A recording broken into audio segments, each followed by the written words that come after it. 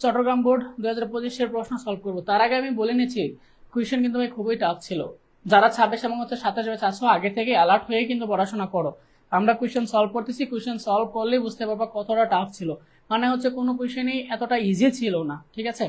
দেখো এটা আসছে হচ্ছে প্রথম অধ্যায় থেকে।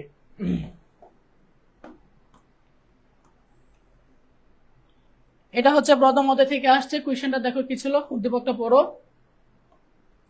দেখো বলছে আইসিটি ক্লাসে শিক্ষক টেলিভিশন, মোবাইল, রেডিও সহ অনেক গুরুত্বপূর্ণ ডিভাইসের বর্তমান ক্ষুদ্র আকার অধিক ক্ষমতা নিয়ে পাঠদানকালে বললেন এ সবই সম্ভব হচ্ছে আইসিটি সাম্প্রতিক প্রবণতার ব্যবহৃত বিশেষ প্রযুক্তির কারণে। এক পর্যায়ে তিনি একজন শিক্ষার্থী জাতীয় বিজ্ঞান ও প্রযুক্তি জাদুঘরের থিয়েটারে 3D মুভি দেখে প্রাপ্ত বাস্তবের মতো অনুভূতি সৃষ্টিকারী প্রযুক্তি নিয়ে আলোচনা করলেন। ঠিক আছে, এই উদ্দীপকে দুইটা প্রযুক্তির কথা বলা আছে। একটা প্রযুক্তি হচ্ছে ক্ষুদ্র আকার, আর একটা প্রযুক্তি হচ্ছে 3D, যেটা হচ্ছে বাস্তবের মতো রূপ দেয়। এই দুইটা পয়েন্ট দেখে, এই দুইটা হিন্টস দেখে আমাকে হচ্ছে প্রযুক্তিটা ফাইন্ড আউট করতে হবে। ঠিক আছে, প্রথম অধ্যায় থেকে কিন্তু এই টাইপেরই প্রশ্ন এসে থাকে। তোমাকে হচ্ছে উদ্দীপকে কিছু প্রযুক্তির হিন্টস দিবে, তোমাকে ওই হিন্ট গুলা দেখে বুঝতে হবে এটা কোন প্রযুক্তি এবং ওই প্রযুক্তির আলোকে তোমাকে ব্যাখ্যা করতে হবে। প্রথম প্রশ্ন ছিল বায়োমেট্রিক কি? বায়োমেট্রিক প্রযুক্তি কি? যে প্রযুক্তির মাধ্যমে একটা মানুষকে অদ্বিতীয়ভাবে শনাক্তকরণ করা যায়, এটাকে বলা হয় হচ্ছে বায়োমেট্রিক প্রযুক্তি। ঠিক আছে, পরবর্তী প্রশ্ন ছিল প্রযুক্তির সাহায্যে একাধিক জীবের জিনোমকে জোড়া লাগে নতুন জীবকোষ সৃষ্টি করা যায়। এই প্রযুক্তির নাম কি বলতো? কমেন্ট করে। যেহেতু বলছে একাধিক জীবের জিনোমকে জোড়া লাগিয়ে নতুন জীবকোষ তৈরি করা যায়, এই প্রযুক্তির নাম হচ্ছে জেনেটিক ইঞ্জিনিয়ারিং, তাই না? যদি নতুন কোনো আমরা জিনকোষ তৈরি করি, এই প্রযুক্তির নাম কি? এটা হচ্ছে জেনেটিক ইঞ্জিনিয়ারিং, তাই না? এই প্রযুক্তির নাম হচ্ছে জেনেটিক ইঞ্জিনিয়ারিং। তার মানে তুমি উত্তরটা কিভাবে লিখবা? তুমি লিখবা হচ্ছে প্রযুক্তির সাহায্যে একাধিক জীবের জিনোমকে জোড়া লাগিয়ে নতুন জীবকোষ সৃষ্টি করা যায়, এই প্রযুক্তির নাম হচ্ছে জেনেটিক ইঞ্জিনিয়ারিং। তারপরে জেনেটিক ইঞ্জিনিয়ারিং জিনোম সম্পর্কে এবং জিন সম্পর্কে দুইটা লাইন লিখে দিবা, তাহলে উত্তরটা হয়ে যাবে। 2 লাইনের জন্য এত বেশি লেখা দরকার নেই। তুমি যে প্রযুক্তি ফাইন্ড আউট করতে পারতেছো এবং জিনোম জীবকে ব্যাখ্যা করতে পারতেছো, এতটুকু এনাফ এই প্রশ্নের জন্য। ঠিক আছে, জেনেটিক ইঞ্জিনিয়ারিং আমরা জানি যে জিনোম জোড়া লাগিয়ে আমরা নতুন জীবকোষ সৃষ্টি করতে পারি। ঠিক আছে, যেমন আমরা একটা গাছে যদি হচ্ছে এক জাতের আম হইতো, আমরা চাইলেই হচ্ছে ওই আমটা টেস্ট সহ আকার পরিবর্তন করে ফেলতে পারি। এটাই হচ্ছে জিনোমের সাথে জীবকোষ পরিবর্তন করা। যা আগে আম হইতো একরকম, পরে আম হবে আরেক রকম, এটা টেস্ট হয়ে আরেক রকম হবে, সাইজও আরেক রকম হবে। এটা কিসের ফলে হবে? জেনেটিক ইঞ্জিনিয়ারিং এর ফলে হবে। ঠিক আছে, জিনোমকে জোড়া লাগে আমরা কি করতে পারি? জীবকোষ, নতুন জীবকোষ সৃষ্টি করতে পারি। ঠিক আছে, পরবর্তী প্রশ্ন হচ্ছে উদ্দীপকে উল্লিখিত বিশেষ প্রযুক্তিটির চিকিৎসা খাদ্য শিল্পে ভূমিকা ব্যাখ্যা করো। দেখো বিশেষ প্রযুক্তি কোনটা ছিল? এই যে এইটা ছিল হচ্ছে আমাদের বিশেষ প্রযুক্তি। ঠিক আছে, তার আকারটা কি ছিল? ক্ষুদ্র এবং ক্ষমতা ছিল অনেক বেশি, অধিক ক্ষমতা ছিল। এই বিশেষ প্রযুক্তিটির চিকিৎসা আর হচ্ছে খাদ্য শিল্পে কিরকম ভূমিকা আছে এটা আমাকে ব্যাখ্যা করতে হবে। তোমরা একটু বলে দাও তো এই প্রযুক্তির নাম কি? আগে আমাকে প্রযুক্তিটা ফাইন্ড আউট করতে হবে। প্রযুক্তি যদি ফাইন্ড আউট করতে পারি তার মানে আমি বলতে পারবো যে চিকিৎসা ক্ষেত্রে তার ভূমিকা কি, খাদ্য শিল্পে তার ভূমিকা কি। দেখো আমরা ন্যানো প্রযুক্তি পড়েছিলাম, ন্যানো টেকনোলজিতে বলেছিলাম যে ন্যানো টেকনোলজি হচ্ছে এমন একটা প্রযুক্তি যেটা খুব ক্ষুদ্র আকারের। ঠিক আছে, ক্ষুদ্র আকারের যে প্রযুক্তি এটা হচ্ছে ন্যানো টেকনোলজি। তার মানে উদ্দীপকের এই বিশেষ প্রযুক্তির নাম কি? উদ্দীপকের ওই বিশেষ প্রযুক্তির নাম হচ্ছে ন্যানো প্রযুক্তি বা হচ্ছে ন্যানো টেকনোলজি। ন্যানো টেকনোলজির চিকিৎসা এবং হচ্ছে খাদ্য শিল্পের ভূমিকা আমি যে লেকচার স্লাইড তোমাদেরকে দিয়েছিলাম একদম ব্যাখ্যা করে পয়েন্ট আকারে দিয়ে দিয়েছিলাম যে ন্যানো টেকনোলজির খাদ্য শিল্পে হচ্ছে এই ভূমিকা, চিকিৎসা ক্ষেত্রে হচ্ছে এই ভূমিকা। কি বলতো খাদ্য শিল্পে কি ভূমিকা? এই যে আমরা চিপস খাই, চিপসের প্যাকেটটা কি ফাঁকা থাকে, রাইট? ভিতরে হাওয়া থাকে। এই হাওয়াটা কেন দেওয়া হয়? যেন ভিতরের খাবারটা সতেজ থাকে, খাবারটা যেন না নষ্ট হয়ে যায়। এইটা কোন প্রযুক্তি? এটাই হচ্ছে ভাইয়া ন্যানো টেকনোলজি। আমরা চানাচুর খাই, চিপস খাই, এই টাইপের খাদ্যগুলাকে ন্যানো প্রযুক্তি দিয়ে সতেজ রাখা হয়। এটা হচ্ছে খাদ্য শিল্পের ভূমিকা। চিকিৎসা ক্ষেত্রে কিরকম ভূমিকা? চিকিৎসা ক্ষেত্রে ভূমিকা হচ্ছে এই ন্যানো প্রযুক্তি ব্যবহার করে, ন্যানো যন্ত্র ব্যবহার করে হচ্ছে অনেক রোগের চিকিৎসা করা হয়।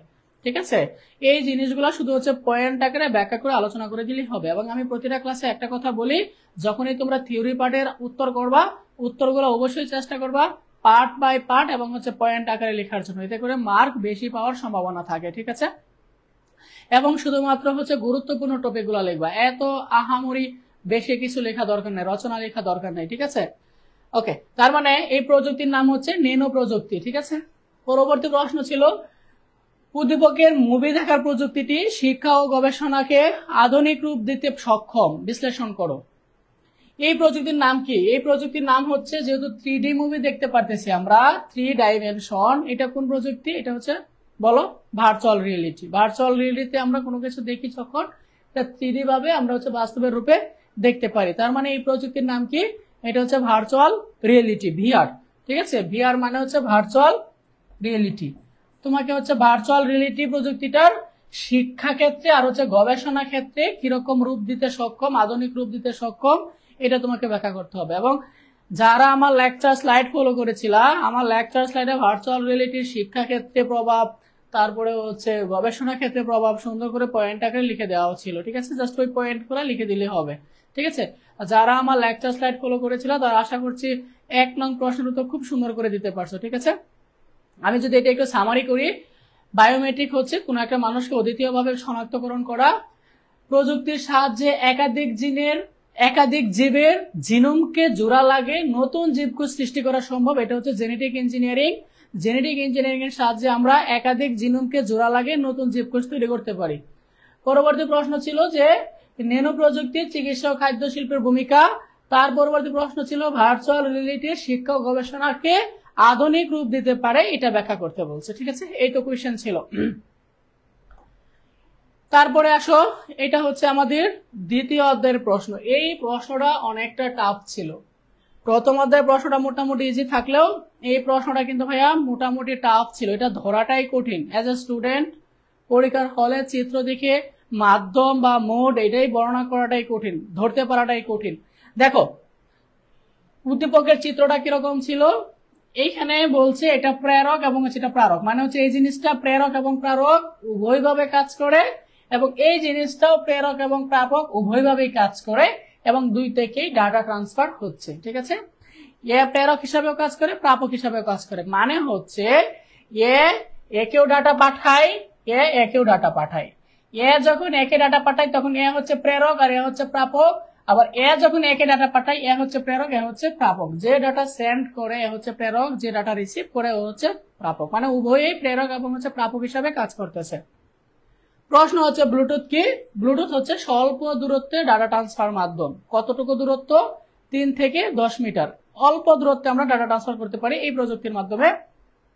এটা হচ্ছে একটা ওয়্যারলেস প্রযুক্তি, যেটার স্ট্যান্ডার্ড হচ্ছে IEEE 802.15। এতটুকু লিখে দিলে 1 নম্বরের জন্য এনাফ। ঠিক আছে, পরবর্তী প্রশ্ন হচ্ছে real time data transmission method ব্যাখ্যা করো। ডাটা ট্রান্সমিশন মেথডটা বলছে আমাকে রিয়েল টাইম। এই যে তোমরা আমার লাইভ দেখতেছো, এটা কিন্তু ভাই রিয়েল টাইম ডাটা ট্রান্সমিশন। আমি এখনই কথা বলতেছি, তোমাদের কাছে ডাটাটা এখনই চলে যাচ্ছে, এটাকে বলা হয় হচ্ছে real time data transmission method. আমরা ডাটা ট্রান্সমিশন মেথড পড়ছি কয়টা? 3টা। কি কি? অ্যাসিনক্রোনাস, সিনক্রোনাস আর হচ্ছে আইসোক্রোনাস। অ্যাসিনক্রোনাস, সিনক্রোনাস ওরা কিন্তু ভাইয়া রিয়েল টাইম ডাটা পাঠায় না, একমাত্র আইসোক্রোনাস রিয়েল টাইম ডাটা পাঠায়, মানে ডাটা ব্লক আকারে যায় কিন্তু সবগুলা ব্লক একসাথে চলে যায়, এটাকে বলা হচ্ছে রিয়েল টাইম ডাটা ট্রান্সমিশন। তার মানে এইটার ডাটা ট্রান্সমিশন মেথডটা হবে হচ্ছে আইসোক্রোনাস। কি হবে? আইসোক্রোনাস। ঠিক আছে, আমি আবারও বলতেছি, কি হবে? আইসোক্রোনাস। অ্যাসিনক্রোনাস কি করে? ডাটা ক্যারেক্টার বাই ক্যারেক্টার পাঠায়। সিনক্রোনাস কি করে? ডাটা ব্লক আকারে পাঠায়। আইসোক্রোনাস কি করে? ডাটা ব্লক আকারে পাঠায় কিন্তু সবগুলা ব্লক একসাথে চলে যায়, এটাকে বলা হয় হচ্ছে real time data transmission method. তার মানে এটা কি হবে? এই মেথডটা হবে হচ্ছে আইসোক্রোনাস ট্রান্সমিশন মেথড। ঠিক আছে, পরবর্তী প্রশ্ন হচ্ছে উদ্দীপকে প্রদর্শিত ডিভাইসের কার্যপদ্ধতি বর্ণনা করো। এই ডিভাইসটার কার্যপদ্ধতি আমাকে বর্ণনা করতে হবে। ডাটা ট্রান্সমিশন মোড পড়ে আসছি আমরা, তাই না? কয়টা মোড পড়ছি? 3টা। কি কি? Simplex, half duplex, full duplex. ঠিক আছে, আমরা সিমপ্লেক্সে পড়েছিলাম একমুখী ডাটা ট্রান্সমিশন, আর ফুল ডুপ্লেক্সে পড়েছিলাম 2মুখী ডাটা ট্রান্সমিশন।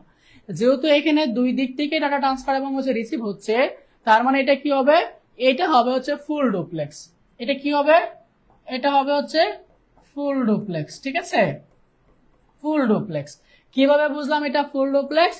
কারণ এ ডাটা সেন্ডও করতেছে, রিসিভও করতেছে, এ ডাটা সেন্ডও করতেছে, রিসিভও করতেছে, মানে একই সময়ে দুই দিক থেকে ডাটা আদান প্রদান হচ্ছে। আমরা জানি একই সময়ে যদি দুই দিক থেকে ডাটা আদান প্রদান হয়, এই ডাটা ট্রান্সমিশন মোডের নাম হচ্ছে ফুল ডুপ্লেক্স। ঠিক আছে, এই ডাটা ট্রান্সমিশনের মোডের নাম হচ্ছে ফুল ডুপ্লেক্স। তার মানে এই ফুল ডুপ্লেক্সের কার্যপদ্ধতি আমাকে বর্ণনা করে দিতে হবে। কিভাবে বর্ণনা করব আমি? প্রথমে ফুল ডুপ্লেক্সের সংজ্ঞাটা লিখবা, যে ডাটা ট্রান্সমিশন মোড হচ্ছে দুই দিক থেকে একই সময় ডাটা ট্রান্সফার হয়, তাকে বলা হচ্ছে ফুল ডুপ্লেক্স। তারপর তার কিছু উদাহরণ দিবা, বাস্তবে কিছু সমস্যার সমাধান করবা। যেমন তার উদাহরণ কি, ফুল ডুপ্লেক্সের উদাহরণ কি? আমরা যে মোবাইল ফোনে কথা বলি, এটা হচ্ছে ফুল ডুপ্লেক্সের উদাহরণ। তুমি বলতে পারো যে আমরা যে মোবাইল ফোনে কথা বলি, এটা হচ্ছে ফুল ডুপ্লেক্স। আমরা একই সময়ে দুই পাশ থেকে কমিউনিকেট করতে পারতেছি, মানে দুই দিক থেকে ডাটা ট্রান্সফার করতে পারতেছি। এবং রিয়েল লাইফে মোবাইল ফোনের কমিউনিকেশনের সুবিধাটা আমরা কি কি পাচ্ছি, কিভাবে কমিউনিকেটটা করতেছি, ওইগুলা নিজের মতো করে লিখে দিলেই হবে। ঠিক আছে, জাস্ট আমাকে এখানে এটাই বলেছিল, উদ্দীপকে প্রদর্শিত ডিভাইসের কার্যপদ্ধতির বর্ণনা, মানে এই ডিভাইসটার কার্যপদ্ধতি বর্ণনা, যে ফুল ডুপ্লেক্স কিভাবে কাজ করে। ফুল ডুপ্লেক্স কিভাবে কাজ করে? সে একই সাথে দুই দিক থেকে ডাটা পাঠায়, সে এইভাবেই কাজ করে। ঠিক আছে, আচ্ছা, পরবর্তী প্রশ্ন ছিল নিরাপত্তার সাথে ডাটা ট্রান্সমিশনে উদ্দীপকে উল্লেখিত মাধ্যমটির সুবিধা বিশ্লেষণ করো। ঠিক আছে, এখানে একটু তোমরা হয়তো পড়তে পারবা না, এখানে হবে হচ্ছে উল্লেখিত মাধ্যমটি। ঠিক আছে, উদ্দীপকের মাধ্যমটির ভূমিকা বিশ্লেষণ করো, এটা মাধ্যমটির হবে, হ্যাঁ, মাধ্যমটির ভূমিকা বিশ্লেষণ করো। এইখানে দেখো একটা কথা বলে দেওয়া আছে, এখানে বলে দেওয়া আছে হচ্ছে নিরাপত্তার সাথে। ঠিক আছে, আমরা নেটওয়ার্ক ডিভাইস পড়ে আসছি, হাব একটা নেটওয়ার্ক ডিভাইস, সুইচ একটা নেটওয়ার্ক ডিভাইস, তাই না? হাব নেটওয়ার্ক ডিভাইসে কিন্তু ডাটা নিরাপত্তার সাথে পাঠাতে পারে না। কেন? কারণ এই হাবের সাথে কানেক্টেড যতগুলা ডিভাইস আছে সবার কাছে ডাটা চলে যায়, এতে করে ডাটার নিরাপত্তা থাকে না। যেহেতু আমাকে বলছে নিরাপত্তার সাথে ডাটা পাঠাতে, তার মানে এই ব্যবহৃত ডিভাইসটার নাম কি হবে, মাধ্যমটার নাম কি হবে? মাধ্যমের নাম হবে হচ্ছে সুইচ। কিভাবে বুঝলাম ভাই? এই যে এই কথাটা দেখে, নিরাপত্তার সাথে, সুইচে যখন আমরা ডাটা পাঠাই তখন ডাটার নিরাপত্তা থাকে। সুইচ কি করতে পারে? তার সাথে কানেক্টেড যতগুলো ডিভাইস আছে ওই ডিভাইসের ম্যাক অ্যাড্রেস ক্যালকুলেট করতে পারে। সে ম্যাক অ্যাড্রেস ক্যালকুলেট করে স্পেসিফিক ওই ডিভাইসে ডাটা পাঠায়, এতে করে ডাটার নিরাপত্তা থাকে। এখন আমি এই প্রশ্নটাকে কি বলবো, সহজ, কঠিন না অতি কঠিন? এই প্রশ্নটাকে আমি বলবো হচ্ছে অতি কঠিন, কারণ এখানে হিন্ট খুব কম ছিল। আইসিটি প্রপার নলেজ ছাড়া এই প্রশ্নের উত্তর করাটা খুবই ক্রিটিক্যাল। অ্যাজ এ স্টুডেন্ট তোমার তো হচ্ছে এত নলেজ নাই, তুমি তো হচ্ছে চিত্র দেখে হাঁপায়া যাবা, এটা কোন মাধ্যম হবে? এখানে তো স্পেসিফিক কোনো ইনফরমেশনও নাই। যদি স্পেসিফিক কিছু ইনফরমেশন থাকতো, কিছু হিন্ট থাকতো বেশি বেশি, তাহলে আমরা ইজিলি ফাইন্ড আউট করতে পারতাম মাধ্যম বা মেথড বা মোড বা ডিস্ট্রিবিউশন মোড যাই বলো। এখানে কোনো হিন্টেই নাই, জাস্ট একটা চিত্রকে প্রেরক প্রাপক দিয়ে বুঝে রেখা দিচ্ছে, এখন এটা কি বুঝবা? তবে ডিপলি চিন্তা করলে, প্রপার নলেজ থাকলে উত্তর করতে পারবা। সো কোয়েশ্চেনটা বলা যায় অতি কঠিন ছিল, এবং আশা করছি তোমরা বুঝতে পারছো কোন জিনিসটা কি। ঠিক আছে, আচ্ছা, তারপরে আসো, এটা হচ্ছে আমাদের চট্টগ্রাম বোর্ড 2025-এরই প্রশ্ন। এটাও কিন্তু দ্বিতীয় অধ্যায় থেকে আসছে, মানে চট্টগ্রাম বোর্ড 2025-এর দ্বিতীয় অধ্যায় থেকে প্রশ্ন আসছে হচ্ছে দুইটা। বুঝতে পারছো? আচ্ছা দেখো উদ্দীপকটা দেখো কি বলছে, একটি কল সেন্টারে 8 পোর্টের, এটা হচ্ছে 8, ঠিক আছে, এটা হচ্ছে 8 আর এটা হচ্ছে কল সেন্টারে 8 পোর্টের 3টা নেটওয়ার্ক ডিভাইসের সাহায্যে কম্পিউটারগুলোকে যুক্ত করে গঠিত 3টা LAN network fibre optic cable দিয়ে একটা নেটওয়ার্ক টপোলজির আওতায় আনছে। মানে উদ্দীপকটা কি বলছে আমি তোমাকে মুখে বোঝায় বলি। মানে হচ্ছে 3টা নেটওয়ার্ক ডিভাইস আছে। এখন প্রশ্ন হচ্ছে নেটওয়ার্ক ডিভাইস কারা? হাব এবং সুইচ হচ্ছে নেটওয়ার্ক ডিভাইস, কারণ আমরা এই ডিভাইসগুলা দিয়ে নেটওয়ার্ক তৈরি করি। যেই সকল ডিভাইস দিয়ে আমরা নেটওয়ার্ক তৈরি করি তাদেরকে বলা হয় হচ্ছে নেটওয়ার্ক ডিভাইস। হাব আর সুইচ হচ্ছে নেটওয়ার্ক ডিভাইস। ঠিক আছে, বলছে 3টা নেটওয়ার্ক ডিভাইস দিয়ে তুমি 3টা টোপোলজি তৈরি করবা, আবার ওই 3টা টোপোলজি অপটিক্যাল ফাইবার কেবল দিয়ে একটা টোপোলজিতে নিয়ে আসবা। এখন বলছে এই টোপোলজির নাম কি? বুঝো না এই জিনিসটা? আমি আবারও বলছি উদ্দীপকে বলছে 3টা নেটওয়ার্ক ডিভাইস দিয়ে একটা টোপোলজি তৈরি করবা, এই তিনটা টোপোলজি একটা টোপোলজিতে কানেক্ট করবা অপটিক্যাল ফাইবার কেবল দিয়ে। ঠিক আছে, এটাই বলছে উদ্দীপকে। যারা বুঝো নাই সমস্যা নাই, আমি যখন প্রশ্ন সমাধান করবো তখন বুঝবা। পরে বলছে যেখানে একটা বিশেষ অনলাইন সেবামূলক প্রযুক্তির সাহায্যে ক্লায়েন্টদেরকে 24/7 অন ডিমান্ড সার্ভিস দেওয়া হয় এবং ক্লায়েন্টের পে অ্যাজ ইউ গো পদ্ধতিতে বিভিন্ন কাজের মূল্য পরিশোধ করতে হয়। এটা হচ্ছে প্রশ্ন। উদ্দীপক প্রশ্ন হচ্ছে এনআইসি কি? এনআইসি হচ্ছে নেটওয়ার্ক ইন্টারফেস কার্ড, যেই কার্ডের সাহায্যে হচ্ছে আমরা ইন্টারনেট অ্যাক্সেস করে থাকি আমাদের ডিভাইসে। ঠিক আছে, নেটওয়ার্ক ইন্টারফেস কার্ড। গেটওয়েকে প্রোটোকল কনভার্টার বলা হয়। খুবই সুন্দর একটা প্রশ্ন, ব্যাখ্যা করো। গেটওয়ে পড়ে আসছি না, গেটওয়ে হচ্ছে একটা প্রোটোকল কনভার্টার। কেন আমরা এটাকে প্রোটোকল কনভার্টার বলতে পারছি? কারণ গেটওয়ে মূলত হচ্ছে প্রোটোকল কনভার্ট করে। রাউটার কি করে? রাউটার হচ্ছে সে সহজ পথে ডাটা পাঠায়, এটা হচ্ছে রাউটারের একটা বিশেষ সুবিধা। সে কিন্তু প্রোটোকল কনভার্ট করতে পারে না, কিন্তু এই গেটওয়ে ডিভাইসটা কিন্তু প্রোটোকল কনভার্ট করতে পারে। সে কিভাবে প্রোটোকল কনভার্ট করে? মনে করো এইটা হচ্ছে একটা নেটওয়ার্ক, মনে করো এইটা হচ্ছে একটা নেটওয়ার্ক, এইটা হচ্ছে একটা নেটওয়ার্ক। ঠিক আছে, এখন তোমার কাছে মনে হলো যে এই প্রোটোকলটাতে যেভাবে ডাটা ট্রান্সফার হচ্ছে, এই প্রোটোকলতে এইভাবে ডাটা ট্রান্সফার হচ্ছে না, এটা ভিন্ন ডাটা ট্রান্সফার হচ্ছে। ঠিক আছে, এখন তুমি চাচ্ছো প্রোটোকলটা কনভার্ট করে যেন হচ্ছে একই উপায়ে ডাটা ট্রান্সফার হয়, তুমি ওইভাবে দিতা। এই কাজটা কিন্তু ভাই গেটওয়ে করতে পারে। ঠিক আছে, এ মনে করো হচ্ছে টিসিপি প্রোটোকলে ডাটা পাঠাচ্ছে, সে মনে করো হচ্ছে এসএমটিপি প্রোটোকলে ডাটা পাঠাচ্ছে। দুইটা কিন্তু ভাই দুই প্রোটোকল। ঠিক আছে, এখন তুমি যদি চাও একই প্রোটোকল ডাটা পাঠাতে, তুমি হচ্ছে প্রোটোকলকে কনভার্ট করে ফেলতে পারো। এই কনভার্টের কাজটা কি করে? গেটওয়ে করে। তার মানে গেটওয়ে হচ্ছে একটা প্রোটোকল কনভার্টার ডিভাইস। ঠিক আছে, পরবর্তী প্রশ্ন হচ্ছে চিত্র অঙ্কন পূর্বক উদ্দীপকের উল্লেখিত নেটওয়ার্ক টোপোলজিটা ব্যাখ্যা করো। মানে চিত্র এঁকে আমাকে হচ্ছে এই উদ্দীপকের নেটওয়ার্ক টোপোলজিটা ব্যাখ্যা করতে হবে। ঠিক আছে, এইটা একটু ভালো করে দেখো। কোশ্চেন কিন্তু ভাই অনেক কঠিন ছিল, এতটা ইজি ছিল না। নর্মাল টোপোলজি থেকে প্রশ্ন আসলে ভুল হবে। হ্যাঁ, টোপোলজির একদম হার্ড লেভেল থেকে প্রশ্ন আসছে। উদ্দীপকে বলছে তিনটা নেটওয়ার্ক ডিভাইস দিয়ে তুমি এমন ভাবে টোপোলজি তৈরি করবা যেই নেটওয়ার্কটা অপটিক্যাল ফাইবার কেবল দিয়ে একসাথে কানেক্টেড থাকবে। প্রশ্ন করছে চিত্র এঁকে উদ্দীপকের টোপোলজিটি ব্যাখ্যা করো। ঠিক আছে, উদ্দীপকে আমাকে কি বলছিল? একটা কল সেন্টারের 8 পোর্টের 3টা নেটওয়ার্ক ডিভাইস। নেটওয়ার্ক ডিভাইস কয়টা? নেটওয়ার্ক ডিভাইস হচ্ছে 3টা। তাহলে আমি 3টা নেটওয়ার্ক ডিভাইস নিয়ে নেই। দেখো, এই যে একটা নেটওয়ার্ক ডিভাইস নিলাম, এই যে একটা নেটওয়ার্ক ডিভাইস নিলাম, এই যে একটা নেটওয়ার্ক ডিভাইস নিলাম, 3টা নেটওয়ার্ক ডিভাইস নিয়ে নিলাম। মনে করো 3টা নেটওয়ার্ক ডিভাইস হচ্ছে আমি সুইচ নিয়েছি। ঠিক আছে, 3টা নেটওয়ার্ক ডিভাইসে আমি সুইচ নিয়েছি, 3টা নেটওয়ার্ক ডিভাইস নিয়ে নিলাম। এক একটা নেটওয়ার্ক ডিভাইসে পোর্ট কয়টা? এক একটা নেটওয়ার্ক ডিভাইসে পোর্ট হচ্ছে 8টা। মানে এই নেটওয়ার্ক ডিভাইসে 8টা পোর্ট, তুমি 8টা কম্পিউটার কানেক্ট করতে পারবা। এটাতেও 8টা পোর্ট, 8টা কম্পিউটার কানেক্ট করতে পারবা, এটাতেও 8টা পোর্ট। তাহলে আমি 8টা কম্পিউটার কানেক্ট করে দিই, 1টা 2টা 3টা 4টা 5টা 6টা 7টা 8টা। ঠিক আছে, তুমি 8টা কম্পিউটার তোমার মতো করে কানেক্ট করে দিবা। ঠিক আছে, আমি চিত্রটা ছোট আঁকতেছি যে কারণে হচ্ছে একসাথে হিবিজিবি দেখাচ্ছে। তুমি যখন বড় করে আঁকবা তখন একসাথে এতটা হিবিজিবি দেখাবে না। এখানে হচ্ছে 8টা কম্পিউটার থাকবে, এইখানে হচ্ছে ভাইয়া 8টা কম্পিউটার থাকবে। ঠিক আছে, 8টা কম্পিউটার থাকবে। এখানে 8টা কম্পিউটার দিয়ে একটা নেটওয়ার্ক ডিভাইস, এইখানে 8টা কম্পিউটার নিয়ে একটা নেটওয়ার্ক ডিভাইস, এখানে 8টা কম্পিউটার নিয়ে একটা নেটওয়ার্ক ডিভাইস। তোমাদেরকে যদি আবার প্রশ্ন করি যে এই নেটওয়ার্ক ডিভাইসের টোপোলজিটার নাম কি? আমরা জানি কেন্দ্রে যদি একটা কম্পিউটার থাকে এবং বাকি কম্পিউটারগুলো যদি তার বাইরে কানেক্টেড থাকে, এই টোপোলজির নাম কি? এই টোপোলজির নাম হচ্ছে স্টার টোপোলজি, তাই না? স্টার টোপোলজিতে কেন্দ্রে একটা ডিভাইস থাকে, বাকি ডিভাইসগুলো তার সাথে কানেক্টেড থাকে। ঠিক আছে, তার মানে এইটাও হচ্ছে ভাইয়া স্টার টোপোলজি, এইটাও স্টার টোপোলজি, এইটাও স্টার টোপোলজি। আমাকে পরে বলছে যে এই 3টা টোপোলজি অপটিক্যাল ফাইবার কেবল দিয়ে একটা টোপোলজিতে কানেক্ট করছো। এখন আমাকে বলছে এই পুরা টোপোলজির নাম কি? এই পুরা টোপোলজির নাম কি বলো তো, কে বলতে পারবা?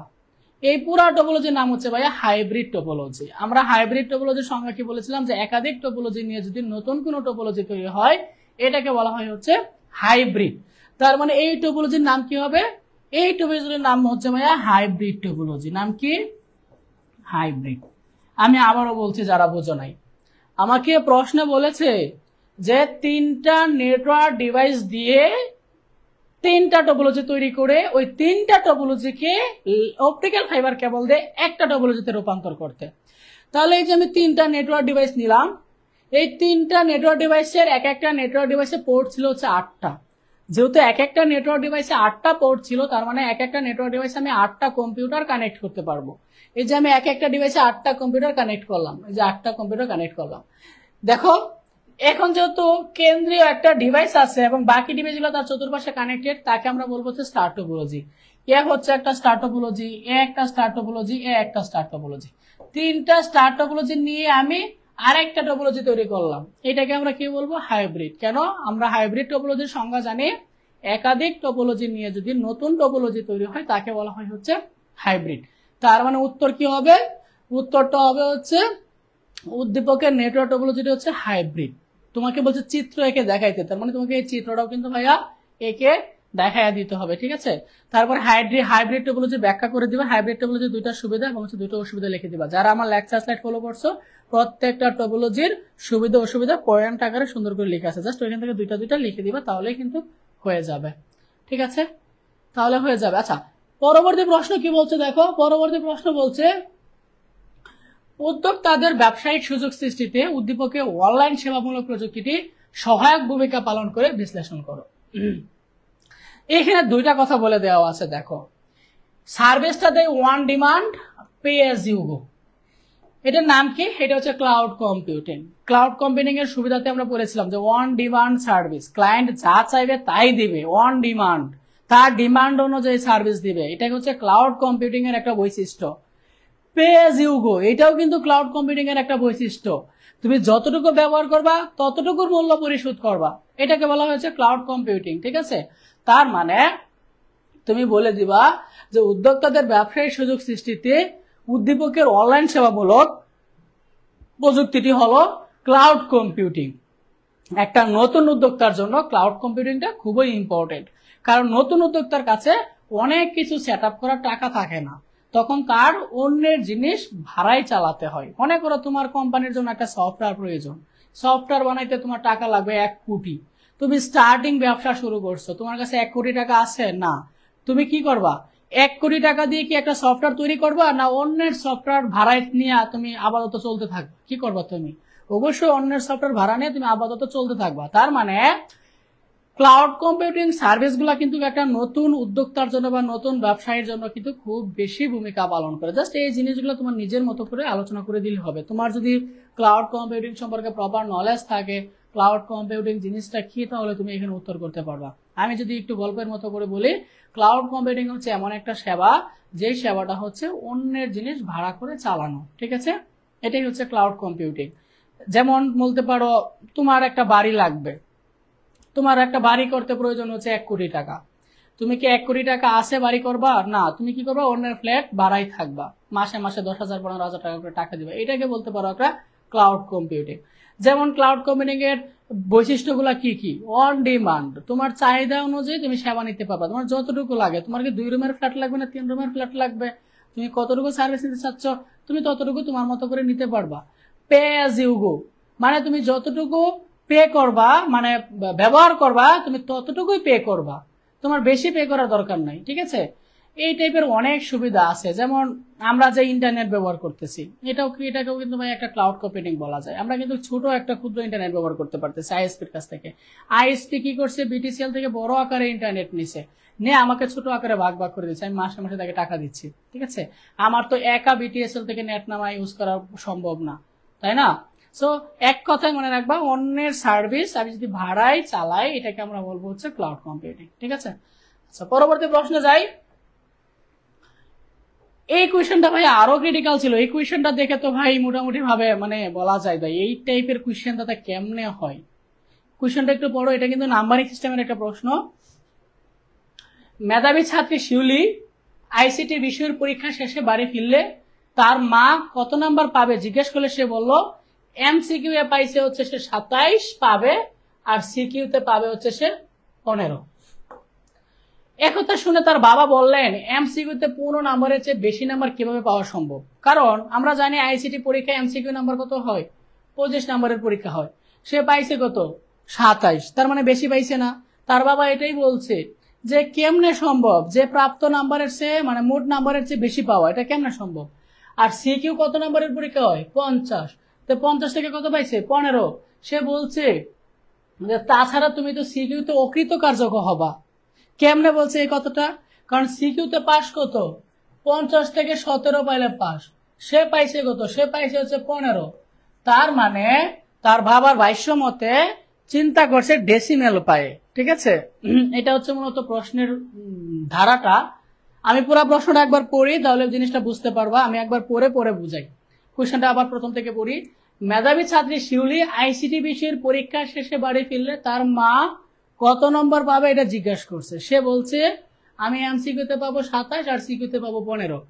এই কথা শুনে পাশে থাকা তার বাবা বলল, তুমি এমসিকিউতে মোট নাম্বারের চেয়ে বেশি কিভাবে পাবা? আর বললো যে সিকিউতে তাহলে তো তুমি ফেল করবা, কারণ সিকিউতে 17 পাইলে পাস। শিউলি বলল, আমি অবশ্যই পাস করব, এবং সে পজিশনাল সংখ্যা পদ্ধতি রূপান্তরের ধারণা আলোকে বাবাকে বিষয়টি বুঝিয়ে বলছে। এমসিকিউর 15 নাম্বার হচ্ছে 25 আর সিকিউ এর 5 নাম্বার হচ্ছে 17। এই দুইটা হিন্ট দিছে। মানে ব্যাপারটা কি ঘটছে আমি তোমাকে আবার বলি। ব্যাপারটা ঘটছে, শিউলি পরীক্ষা দিয়ে আসছে আইসিটি, তার মা জিজ্ঞেস করছে কত নাম্বার পাবা। সে বলল যে আমি এমসিকিউতে পাবো হচ্ছে 27, সিকিউতে পাবো হচ্ছে 15। তার বাবা এটা শুনে বলল, কেমনে সম্ভব এটা? কারণ এমসিকিউ পরীক্ষায় 25 আর সিকিউতে 17 পাইলে পাস, তুমি পাইছো 15, তার মানে তুমি তো ফেল করবা। পরে সে বুঝে বলল, না, পজিশনাল সংখ্যা অনেকগুলো আছে, ওই নাম্বার কনভার্সনের ব্যাপারটা সে বুঝে বলল। এবং সে এটা বলল যে এমসিকিউ পরীক্ষা হচ্ছে 25 নাম্বারের আর সিকিউতে 17 পাইলে পাস, মানে হচ্ছে সিকিউ পরীক্ষা হচ্ছে 50 নাম্বারের। মানে মেইন জিনিসটা যারা দাঁড়াইছে, শিউলি হচ্ছে পণ্ডিত, সে হচ্ছে নাম্বার কনভার্সন সম্পর্কে তার ধারণা আছে। সে নাম্বারটা ডেসিমালে না বলে, মানে প্রচলিত সংখ্যায় না বলে, সে অন্য একটা সংখ্যা পদ্ধতিতে বলছে। সেটা হতে পারে বাইনারি, সেটা হতে পারে অক্টাল, সেটা হতে পারে হেক্সাডেসিমাল। সে অন্য সংখ্যা পদ্ধতিতে তার নাম্বারটা বলছে, সে ডিরেক্ট ডেসিমালে বলে নাই। সে যদি ডিরেক্ট ডেসিমালে বলতো তাহলে কোনো সমস্যাই ছিল না, তাহলে তার বাবাও জিনিসটা বুঝতে পারতো। এইটা বলছে মূলত কোয়েশ্চেনটা। আচ্ছা, এবার উত্তরে আসো। ক নাম্বার প্রশ্ন হচ্ছে ইউনিকোড কি? ইউনিকোড মানে হচ্ছে ইউনিভার্সাল কোড। বিশ্বের যত কোডগুলো আছে, ভাষা আছে, সকল ভাষাকে এই কোডভুক্ত স্থান করা হয়েছে। ঠিক আছে, এটাকে বলা হয় হচ্ছে ইউনিকোড। বাইনারি যুগ ও বুলিয়ান যুগ এক না, কথাটা ব্যাখ্যা করো। খুবই সুন্দর একটা প্রশ্ন, ক্লাসে এটা আমি অনেকবার পড়িয়েছিলাম। বাইনারি যুগ মানে কি? বাইনারি যুগ মানে হচ্ছে 1 + 1 = হচ্ছে 1 0, এটা হচ্ছে বাইনারি যুগ। ঠিক আছে, বা 1 + 1 + 1 যোগ করলে হবে হচ্ছে 1 1, এটা হচ্ছে বাইনারি যুগ। ঠিক আছে, আর বুলিয়ান যুগ কোনটা? বুলিয়ান যুগ হচ্ছে এই যে লজিক্যাল অর, লজিক্যাল মানে হচ্ছে বুলিয়ান, লজিক্যাল অর মানে হচ্ছে বুলিয়ান যুগ, লজিক্যাল এন্ড মানে হচ্ছে বুলিয়ান গুণ, এন্ড মানে গুণ, অর মানে হচ্ছে যোগ। তার মানে এখানে লজিক্যাল অরের কথা বলছে। আমরা অরে কি জানি যে ইনপুটে কেবল একটা 1 থাকলেই, আউটপুট কত হয়ে যায়, 1, তাই না? এখানে দুইটা ইনপুট, একটা ইনপুট 1 আর একটা ইনপুট 0। ইনপুটে একটা 1 আছে মানে আউটপুট 1। তুমি যদি এরকম ইনপুট দাও, মানে তিনটে ইনপুটে 1 দাও, রেজাল্ট কত হবে, 1। দেখো এইখানে 1 + 1 যোগ করে রেজাল্ট কত পাইছো, 1 0। এইখানে 1 আর 0 যোগ করে কত পাইছো, 1। বা তুমি যদি এখানে 1 + 1 যোগ দাও, রেজাল্ট কত হবে, 1ই হবে, তাই না? তুমি এইখানে 1 + 1 যোগ করে রেজাল্ট পাইছো 1 0, এইখানে 1 + 1 যোগ করে রেজাল্ট পাইছো 1। তার মানে দুইটা কি এক হইলো না? এটা হচ্ছে বাইনারি যুগ আর এটা হচ্ছে ভাইয়া লজিক্যাল অর যুগ। ঠিক আছে, বুঝতে পারছো? লজিক্যাল অর এর চিন্তাটা তোমাকে এইভাবে করতে হবে যে ইনপুটে কেবল একটা 1 থাকলে আউটপুট 1। এই জিনিসটা মানে কি? এই জিনিসটা মানে হচ্ছে তিনটে ইনপুটে 1, এই জন্য আউটপুট 1 হয়েছে। বুঝতে পারছো? প্লাস দ্বারা আমরা বুঝতে হচ্ছে এটা লজিক্যাল অর। ঠিক আছে, ওকে, আশা করছি এটা তোমরা সবাই পারবা। পরবর্তী প্রশ্ন হচ্ছে উদ্দীপকের সিকিউ ও এমসিকিউতে প্রাপ্ত নম্বরকে প্রচলিত সংখ্যা বিবেচনা করে 2 এর পরিপূরক পদ্ধতির পার্থক্য নির্ণয় করো। খুব ভালো কথা। সিকিউ এবং এমসিকিউ এর প্রাপ্ত নম্বর, এটা হচ্ছে ভাই এমসিকিউ এর প্রাপ্ত নম্বর, এটা হচ্ছে সিকিউ এর প্রাপ্ত নম্বর। দুইটা প্রাপ্ত নম্বরকে প্রচলিত সংখ্যা বিবেচনা করে 2 এর পরিপূরক পদ্ধতিতে পার্থক্য নির্ণয় করো।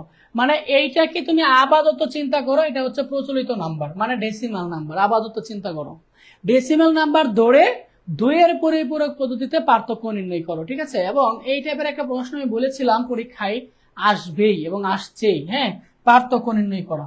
এটা কেমনে পার্থক্য নির্ণয় করবো, মানে মেইন যে জিনিসটা দাঁড়াইছে উত্তরটা হবে হচ্ছে এরকম। দেখো আমরা গ নাম্বার প্রশ্নের উত্তর করতেছি। দেখো এই দুইটা নাম্বারকেই ডেসিমাল চিন্তা করতে হবে, মানে যে এমসিকিউতে সে কত পাইছে হচ্ছে 27, এটাকেও তুমি ডেসিমাল চিন্তা করতে বলছে আপাতত। আর সিকিউতে কত পাইছো প্রাপ্ত নম্বর 15, এটাকেও তোমাকে হচ্ছে ডেসিমালে চিন্তা করতে হবে। এবং এই দুইটা নাম্বারের মধ্যে আবার তোমাকে হচ্ছে পার্থক্যকরণ করতে বলছে, প্রাপ্ত নম্বরের পার্থক্য। উদ্দীপকের সিকিউ এমসিকিউতে প্রাপ্ত নম্বরকে প্রচলিত সংখ্যা বিবেচনা করে প্রাপ্ত নম্বর কোনটা বলতো? মোট নাম্বার আর প্রাপ্ত নম্বরের মধ্যে পার্থক্য কি? মোট নাম্বার হচ্ছে যে নাম্বারের পরীক্ষা হয়, এটা মোট নাম্বার। আর প্রাপ্ত নাম্বার হচ্ছে যেটা তুমি পাও, ঠিক আছে, এটা হচ্ছে প্রাপ্ত নাম্বার। ঠিক আছে, প্রাপ্ত নাম্বার কোনটা? এই যে এটা। সে কত পাবে? 27 আর হচ্ছে 15। তোমরা কি ক্লাসে আসো? হ্যাঁ, ঢাকা বোর্ড অনেক আগেই আপলোড দেওয়া হয়েছে, ঢাকা বোর্ড অনেক আগেই করে আপলোড করে দেওয়া হয়েছে, ঠিক আছে।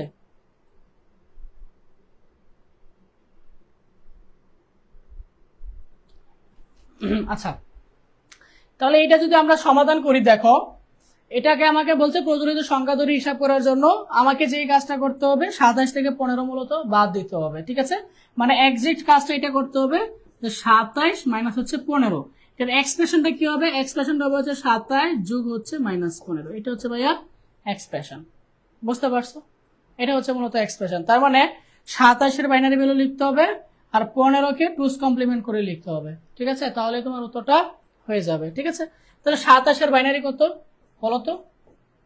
27 এর বাইনারি কত? 1 2 4 8 16, 16 আর 8 24 আর 2 26 আর 1 27। 27 এর বাইনারি হচ্ছে 11011, এটা হচ্ছে 27 এর বাইনারি। এখানে কয় বিট? 5 বিট। সামনে আর 3টা শূন্য দিয়ে আমি 8 বিট বানিয়ে নিলাম। এবার আসো 15 এর বাইনারি। 15 এর বাইনারি কত? 15 এর বাইনারি হচ্ছে 4টা 1।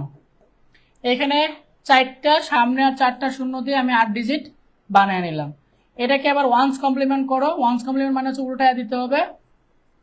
এটা হচ্ছে ওয়ান্স কমপ্লিমেন্ট, এর সাথে 1 যোগ করলে হয়ে যাবে টুস কমপ্লিমেন্ট, ঠিক আছে। এই যে এটা হচ্ছে -15 এর ভ্যালু। এবার এই 27 থেকে -15 ভ্যালু যোগ করে দিবে, তাহলে তোমার রেজাল্টটা চলে আসবে। 27 এর বাইনারি কত পাইছি? 3টা 0 1 1 0 1 1, ঠিক আছে। আর 15 এর ভ্যালু কত পাইছি? -15 এর ভ্যালু পাইছি হচ্ছে 4টা 1 3টা 0 1। এবার এটা যোগ করে দাও, একের সাথে 1 যোগ করলে 0 হাতের আছে 1, 0 হাতের আছে 1 1 1 1 0 হাতের আছে 1 1 1 0 হাতের আছে 1 1 1 0 হাতের আছে 1 1 1 0 হাতের আছে 1 1। এটা হচ্ছে ক্যারি বিট। আমরা হচ্ছে যোগ করার ক্ষেত্রে ক্যারি বিটটা নেব না, ঠিক আছে। এটা হচ্ছে আমার ক্যারি বিট, 9 নাম্বার বিট। আমরা 8 বিটে কাজ করি, যদি 8 বিটের বেশি চলে আসে এটা হচ্ছে ক্যারি বিট, আমরা ক্যারি বিটটা নিব না। ক্যারি বিট না নিলে এখানে কি হবে? 4টা 0 2টা 1 2টা 0। বামে 4টা শূন্যের দাম নাই, তার মানে রেজাল্ট কত হবে? 1100। এটা কিসে আসছে? বাইনারি। এটাকে তুমি যদি ডেসিমালে নাও 1100 কত আসবে? 12 আসবে, তাই না? ডেসিমালে কত আসবে? 12 আসবে। 27 থেকে 15 চলে গেলে কিন্তু আলটিমেটলি 12ই থাকে। এটা হচ্ছে 2 এর পরিপূরকের মাধ্যমে কাজ করা, ঠিক আছে।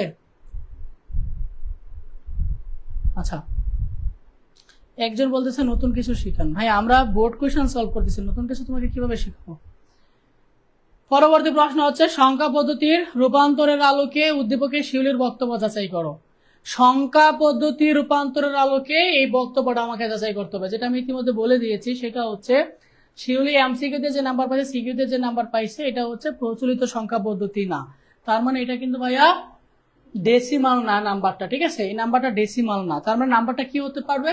আইদার বাইনারি হবে, আইদার অক্টাল হবে, আইদার হেক্সাডেসিমাল হবে। বাইনারি হবে না। কেন হবে না? কারণ বাইনারির বেজ হচ্ছে 0 আর 1, বাইনারির বেজ হচ্ছে 2, অঙ্ক হচ্ছে 0 আর 1। তার মানে এই অঙ্কগুলা কিন্তু ভাই 0 আর 1 দিয়ে না। 27 কি বাইনারি ভ্যালু হতে পারে? না। তার মানে এটা বাইনারি হবে না। এটা অক্টাল হতে পারে অথবা হেক্সাডেসিমাল হতে পারে। এবার তুমি যেটা করবা, এই নাম্বারটাকে অক্টালে কনভার্ট করবা। অক্টালে কনভার্ট করে দেখবা যে আসলে রেজাল্টটা কত আসে, ঠিক আছে। মানে আমি যদি দেখো এই যে 27 যে ভ্যালুটা, এমসিকিউ এর ভ্যালুটা, এটাকে আমি যদি অক্টাল চিন্তা করি, তাহলে এটা ডেসিমাল ভ্যালুটা কত আসবে? অক্টাল থেকে আমরা ডেসিমালে কেমনে নেই? অক্টাল থেকে ডেসিমালে নেওয়ার নিয়ম কি? অক্টাল থেকে ডেসিমালে নেওয়ার নিয়ম হচ্ছে বেস দ্বারা গুণ করে দেওয়া, তাই না? বলো, 8 দোকানে 16, আর এখানে কত হবে? 16 আর 7 কত?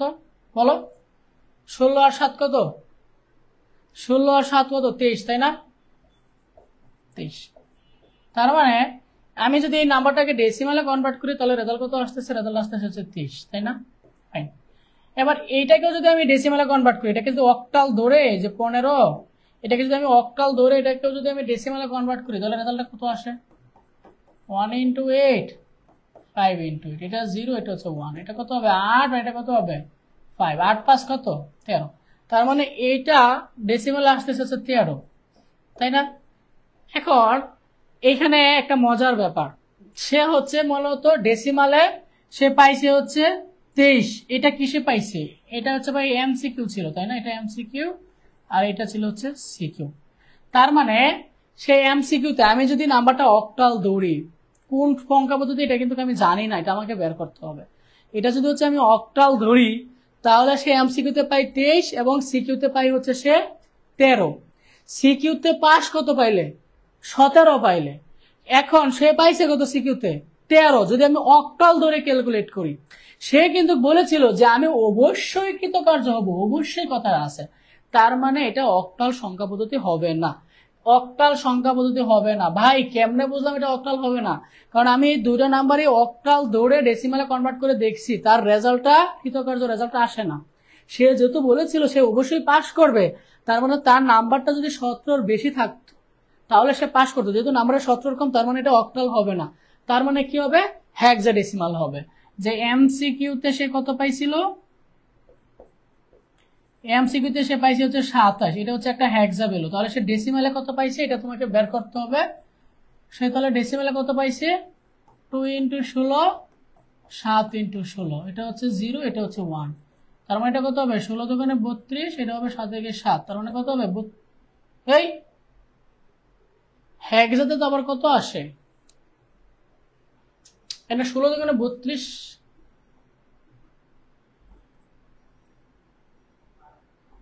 32 ঠিকই তো আছে। এটা কত আছে? 7। 32 আর 7 কত? 39, তাই না? এমসিকিউতে 25 থেকে 39 পাওয়া যাবে, এটা কোনো কথা? তার মানে এটা তো হেক্সা হইব না, এটা তো হেক্সাও হবে না। এমসিকিউ 27, 27কে তুমি যদি ডেসিমালে কনভার্ট করো তাহলে কত আসতেছে? 16 দোকানে 32, এটা তো হেক্সা হবে না। তার মানে অন্য সংখ্যা পদ্ধতি হবে। এটা আইদার তুমি হচ্ছে 9 ধরে চিন্তা করতে পারো, বেজ 9 ধরে চিন্তা করতে পারো। যদি বেজ 9 ধরে চিন্তা করি 27, এটাকে যদি আমি বেজ 9 ধরে চিন্তা করি, বা সিকিউ কত? 15, এটাকে যদি আমরা 9 ধরে চিন্তা করি তাহলে রেজাল্ট কত আসে দেখো তো? 2 × 9, 9 দোকানে 18, আর হচ্ছে 7, 18 আর 7 কত? 25, আর এইটা কত আসবে? 9 কে 9 আর 5 14, তারপর 9 হবে না, 10 তো হবেই না। তার মানে 11 ধরে চিন্তা করতে পারো। 11 ধরলে কত হয়? 11 ধরে তো হবে না। 7 ধরে কি হবে? 7 দোকানে 14 আর 7, এমসিকিউ মিলবে বাট সিকিউ তো মিলবে না। 7 থেকে 7, 7 5 12 হবে না। 8 ধরলে 13, 9 ধরলে। আচ্ছা, তাহলে যেহেতু সংখ্যা পদ্ধতি এইভাবে মিলবে না, তার মানে তোমাকে হচ্ছে ব্যাখ্যা করে বলে দিতে হবে, কারণ এইভাবে কোনোটাই কন্ডিশন মিলবে না। তুমি যেটা করতে পারো, তুমি পরীক্ষার হলে এইভাবে হচ্ছে উত্তরটা করে দিবা যে সংখ্যা পদ্ধতি রূপান্তর আমরা জানি যে বিভিন্ন পজিশনাল সংখ্যা আছে, যেমন বেজ 2 আছে, বেজ 3 আছে, বেজ 4 আছে, বেজ 5 আছে, বেজ 6 আছে। আমরা গণনা করি হচ্ছে প্রচলিত সংখ্যা পদ্ধতি ডেসিমাল পদ্ধতিতে, যার বেজ হচ্ছে 10। তুমি বাবা চিন্তা করছো হচ্ছে ডেসিমাল পদ্ধতি 10 দিয়ে, কিন্তু আমি হচ্ছে অন্য সংখ্যা পদ্ধতি দিয়ে বলছি। এখন অন্য সে কোন সংখ্যা পদ্ধতি দিয়ে বলছে এটা তো মিলাইতে হবে, তাই না? মিলার তো কথা। আচ্ছা, আমি আরেকবার একটু ট্রাই করি। এমসিকিউতে সে কত পাইছি ভাই? 27 পাইছি, ভালো কথা। এইটাকে যদি আমি বেস 8 ধরলে তো আবার ওইটা মিলবে না, বেস 9 ধরলে মিলবে না, বেস 10 ধরলে হবে না, 11 ধরলে কি 11 কে 11, 11 5 16 হবে না, 12 ধরলে মিলবে, 12 কে 12, 12 আর 17, কিন্তু 12 ধরলে তো আবার ওইটা মিলবে না, 12 দোকানে 24 আর 7, তার মানে তো এটা কোনোটাতে মিলবে না। অ্যাটলিস্ট মিলার তো কত, এটা কি টাইপের প্রশ্ন ছিল এটা? সমান্তরাল আলোক উদ্বেগে শিউলির বক্তব্যের সততা যাচাই করো, মানে তাকে হচ্ছে যেটা মানতে হবে, হ্যাঁ, তাকে হচ্ছে এমসিকিউতে 25-এর নিচে পাইতে হবে আর সিকিউতে 17-এর উপরে পাইতে হবে, এই কন্ডিশন দুইটা মিলাইতে হবে। এমসিকিউতে 25-এর নিচে পাইতে হবে আর 17-এর উপরে পাইতে হবে ডেসিমাল সংখ্যা পদ্ধতিতে। এখন আমি যদি ধরি যে এই দুইটা নাম্বার মনে করো হচ্ছে অক্টাল, তাহলে তো মিলতেছে না, যেহেতু সে আবার বলছে অবশ্যই পাস করবে, তাহলে তার নাম্বার তো 17 বেশি হইতে হবে। হ্যাঁ, এইভাবেও হতে পারে, তুমি এক সংখ্যা পদ্ধতি বিবেচনা না করে তুমি যদি একাধিক সংখ্যা পদ্ধতি বিবেচনা করো, যেমন এইটাকে এক সংখ্যা পদ্ধতি বিবেচনা করো, এইটাকে আরেক সংখ্যা পদ্ধতি বিবেচনা করো, তাইলে আবার হবে। মনে করো এটাকে ধরলা তুমি হচ্ছে হেক্সাডেসিমাল, ঠিক আছে, না এটাকে ধরলা মনে করো অক্টাল, আর এটাকে ধরলা মনে করো হচ্ছে হেক্সাডেসিমাল, এটাকে ধরো হচ্ছে অক্টাল। হ্যাঁ, এমসিকিউতে সে মনে করো অক্টালে বলছে, এমসিকিউ কত পাইছে সে 27, তাই না, এটাকে অক্টালে ধরো, আর সিকিউ যত পাইছে 15, এটাকে তুমি হেক্সাডেসিমালে ধরো। এটাকে যদি অক্টালে নাও তাহলে কত আসবে, ডেসিমালে নিলে কত আসবে, 8 দোকানে 16, 16 আর 7 হচ্ছে 23, এটা ডেসিমালে 23 আসবে, আর এটা হেক্সাতে কত আসবে, 16 কে 16, 16, 16 আর 5 কত, 16 আর 5 হচ্ছে 21, তার মানে সে সিকিউ 21 পাইছে, এমসিকিউ 23 পাইছে। ব্যাপারটা এরকম হতে পারে, ঠিক আছে, জাস্ট ওই জিনিসগুলো তুমি ব্যাখ্যা করে দিলে হবে, যেহেতু এক্স্যাক্টলি স্পেসিফাই করে কোনো কিছু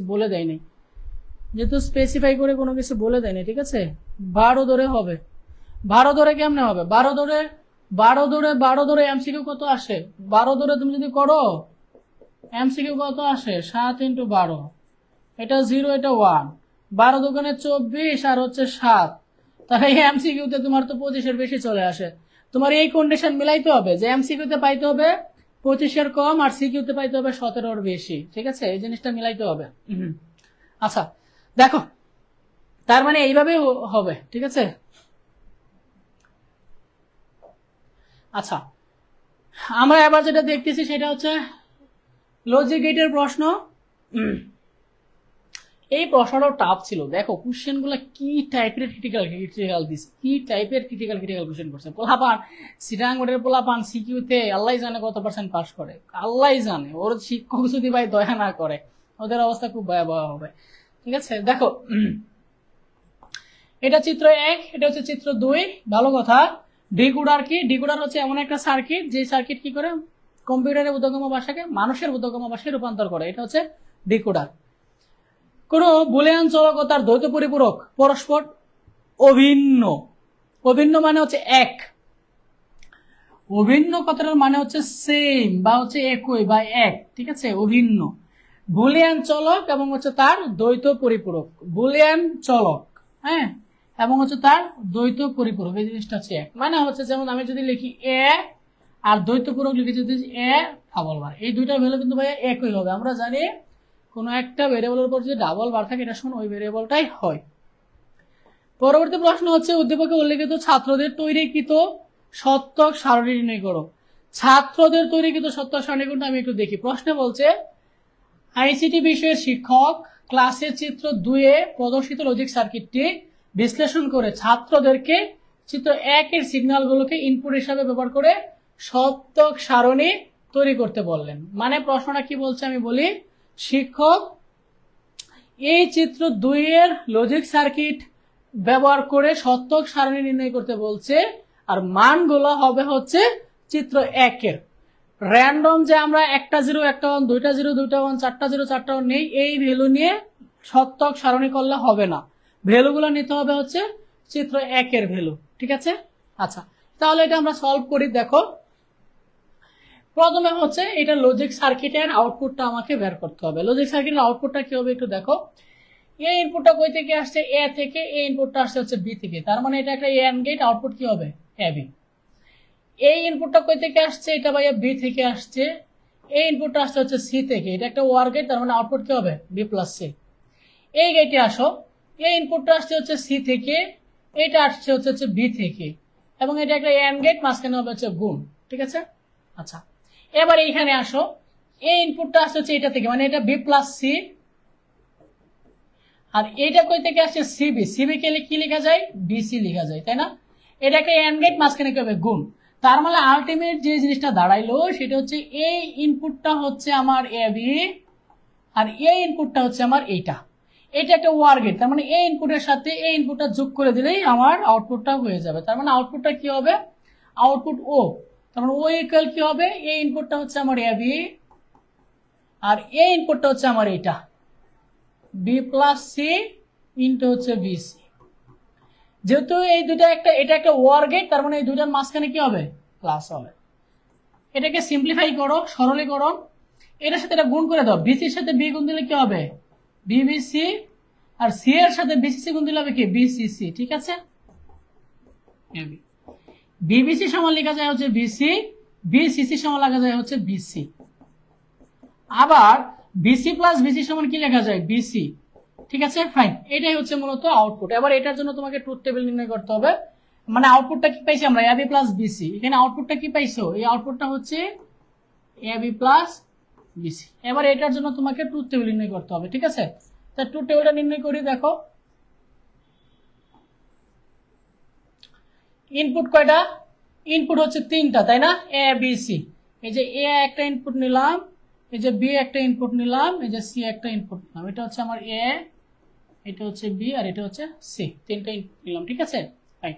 আউটপুট কি বানাইতে হবে? A B plus BC. তার মানে আমার এ বি লাগবে, আর হচ্ছে বিসি লাগবে, আর হচ্ছে finally A B plus BC লাগবে। এটা হচ্ছে আমার মেইন আউটপুটটা। ঠিক আছে, দেখো এখানে এ এর মান কত, বি এর মান কত, সি এর মান কত?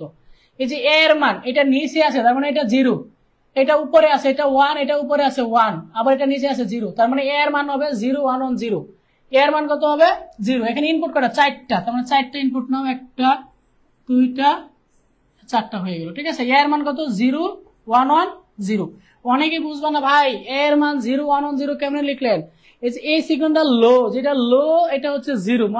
মনে রাখবা, যেটা নিচে থাকে এটা লো মানে 0, যেটা উপরে থাকে এটা হচ্ছে 1।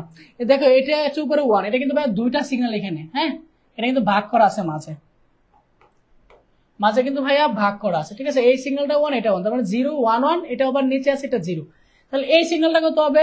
এটা উপরে আছে, তার মানে এটা 1, এটা নিচে এটা 0, এটাও নিচে এটা 0, এটা উপরে এটা 1, তার মানে এটা কত হবে? 1 0 0 1 1 0 0 1। আর এই সিগন্যালটা কত হবে? এটা নিচে আছে 0, উপরে আছে 1, নিচে আছে 0, উপরে আছে 1, তার মানে এটা কি হবে? 0 1 0 1। এই যে 0 1 0 1। ঠিক আছে, তাহলে এ বি কি হতে হবে? এ বি মানে হচ্ছে গুণ করা, এ এর সাথে বি গুণ, মানে এন্ড করতে হবে, এ এর সাথে বি এন্ড। এটা হচ্ছে এ, এটা হচ্ছে বি, একের সাথে 0 এন্ড করলে কত হবে? 0 হবে। এটাও 0 হবে, এটাও 0 হবে, এটাও 0 হবে। বিসি এটা 0 হবে, এটা 0 হবে, এটাও 0 হবে, এটা 1 হবে।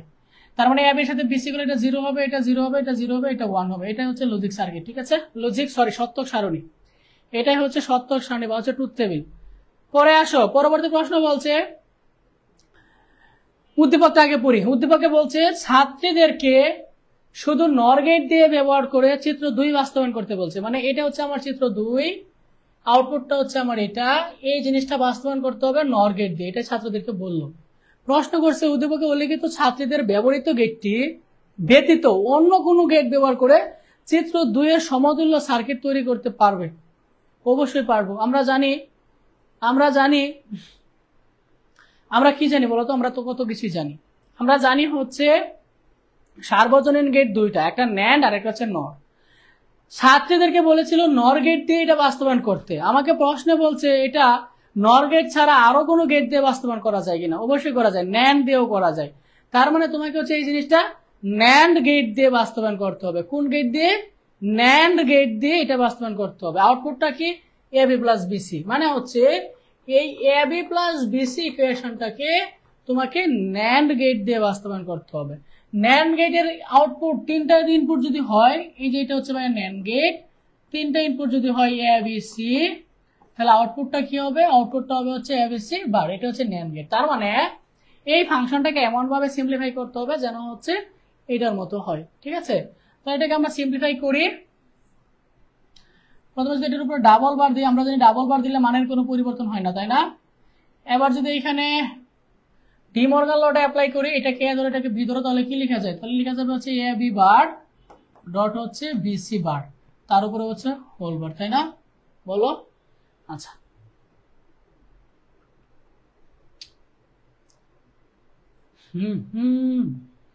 হবে না? হবে।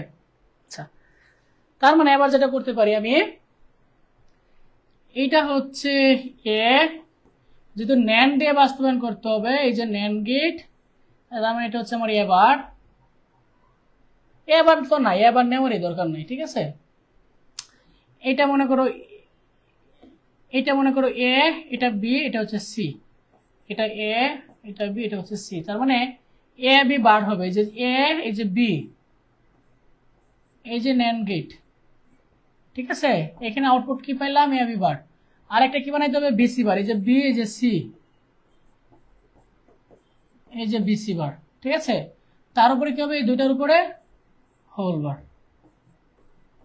ঠিক আছে, এটাই হচ্ছে মূলত মেন আউটপুটটা, A B bar BC bar whole bar. এই যে এই জিনিসটাই ন্যান্ড গেট দিয়ে বাস্তবায়ন হয়ে গেল, বুঝতে পারছো? এই জিনিসটাই ন্যান্ড গেট দিয়ে বাস্তবায়ন হয়ে গেল।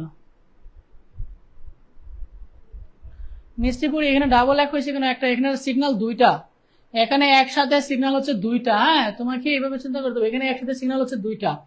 এখানে এই যে এতটুকু হচ্ছে একটা, জায়গাটা দেখো, এতটুকু একটা, এখানে একটা সিগন্যাল, এখানে হচ্ছে আরেকটা সিগন্যাল, এখানে সিগন্যাল ভাইয়া দুইটা। ঠিক আছে, এখানে সিগন্যাল দুইটা, একটা জায়গার জন্য এতটুকু, তাহলে একটা সিগন্যাল এতটুকু, এটা হচ্ছে এতটুকু, এখানে সিগন্যাল হবে হচ্ছে দুইটা, একটা সিগন্যাল হবে না এখানে। এইটা দেখো, এই কোয়েশ্চেনটাই একটু তুলনামূলক সহজ ছিল, আর বাকি কোয়েশ্চেন গুলা মাগ গো মা। ঠিক আছে, দেখো এটা হচ্ছে HTML থেকে আসছে প্রশ্নটা। ওয়েব পেজ কি?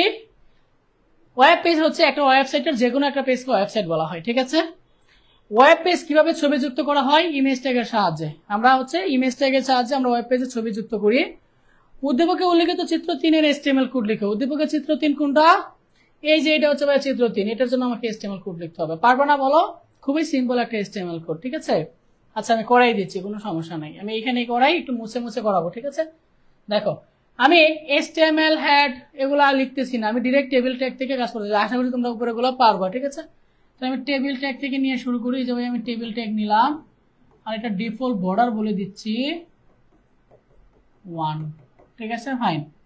প্রথম টেবিল মান্থ, তারপরে হচ্ছে বিল, এটা টেবিল হেডিং নিয়ে নিই। ঠিক আছে, প্রথম টেবিল হেডিং। দেখো এখানে রো কয়টা? এই যে একটা রো, দুইটা রো, তিনটা রো, চারটা রো, পাঁচটা রো। আমরা প্রথম রো এর কাজ করতেছি। প্রথম রোতে ভ্যালু কয়টা? দুইটা, এই একটা ভ্যালু আর হচ্ছে এই একটা ভ্যালু। এই দুইটা ভ্যালু হচ্ছে প্রথম রো এর জন্য। এবং এই ভ্যালুতে কিন্তু ভাই আর রো স্প্যান হয়েছে, কারণ এই রোটা কিন্তু এরকম ছিল, তাই না? তার মানে এখানে রো স্প্যান হয়েছে, আমাকে বলে দিতে হবে রো স্প্যান। এবং এখানে রো স্প্যানের ভ্যালু কত হবে? রো স্প্যানের ভ্যালু হবে হচ্ছে 2। ঠিক আছে, এখানে দুইটা ডাটা ক্রিয়েট হয়েছে, দুইটা সেল ক্রিয়েট হয়েছে, এই জন্য রো স্প্যানের ভ্যালু হচ্ছে 2। মনে রাখবা যে ডাটাতে রো স্প্যান অথবা কল স্প্যান হবে, এইখানে হচ্ছে আমাকে অ্যালাইন অ্যাট্রিবিউট ব্যবহার করতে হবে। যেহেতু এখানে রো স্প্যান হয়েছে, তার মানে এখানে অ্যালাইন অ্যাট্রিবিউটটা ব্যবহার করতে হবে। এবং অ্যালাইন কি হবে? ডাটা কি আছে? মাঝে আছে, তার মানে অ্যালাইনটা কি হবে? অ্যালাইনটা হবে হচ্ছে সেন্টার। ঠিক আছে, ফাইন। এবং ডাটা কি? তোমরা কিন্তু এক লাইনে লিখবে, আমার জায়গা নেই, নিচে লিখতেছি ডাটা হচ্ছে মান্থ। ঠিক আছে, তারপরে তুমি টেবিল হেডিংটা একটা ক্লোজ করে দিবা। ঠিক আছে, 1 নাম্বার টেবিল ডাটার কাজ শেষ। এবার 2 নাম্বার টেবিল ডাটা হচ্ছে বিল। এই যে টেবিল হেডিং নিলাম, এইখানে দেখো আবার কল স্প্যান হয়েছে, দেখো এই যে কলামগুলো মিসিং, তার মানে এখানে কি হয়েছে? কল স্প্যান হয়েছে। এই যে আমি নিয়ে নিলাম কল স্প্যান, এবং কল স্প্যানের ভ্যালু হচ্ছে 3। এবং এর অ্যালাইন কি হবে?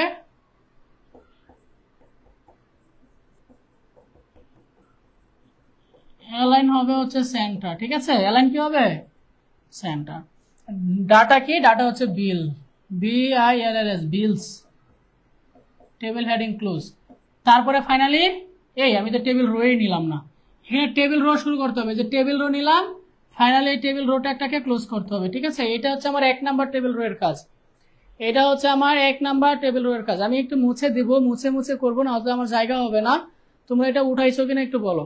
আমি 2 নাম্বার টেবিল রো এর কাজ শুরু করি। দেখো এই যে আমি 2 নাম্বার নিচে নিচে করি, এই যে আমি 2 নাম্বার টেবিল রো এর কাজ শুরু করলাম। 2 নাম্বার টেবিল রোতে কয়টা ডাটা? 2 নাম্বার টেবিল রোতে 3টা ডাটা, 1টা 2টা 3টা, এই 3টা ডাটা। ঠিক আছে, এই যে আমার 1 নাম্বার টেবিল, এটা কিন্তু আবার টেবিল হেডিং হবে। দেখো বোল্ড আকারে আছে ইলেকট্রিসিটি ওয়াটার গ্যাস, তার মানে এটা টেবিল হেডিং হবে। এই টেবিল হেডিং, ঠিক আছে। এখানে ডাটা কি? ইলেকট্রিসিটি, এই যে ইলেকট্রিসিটি,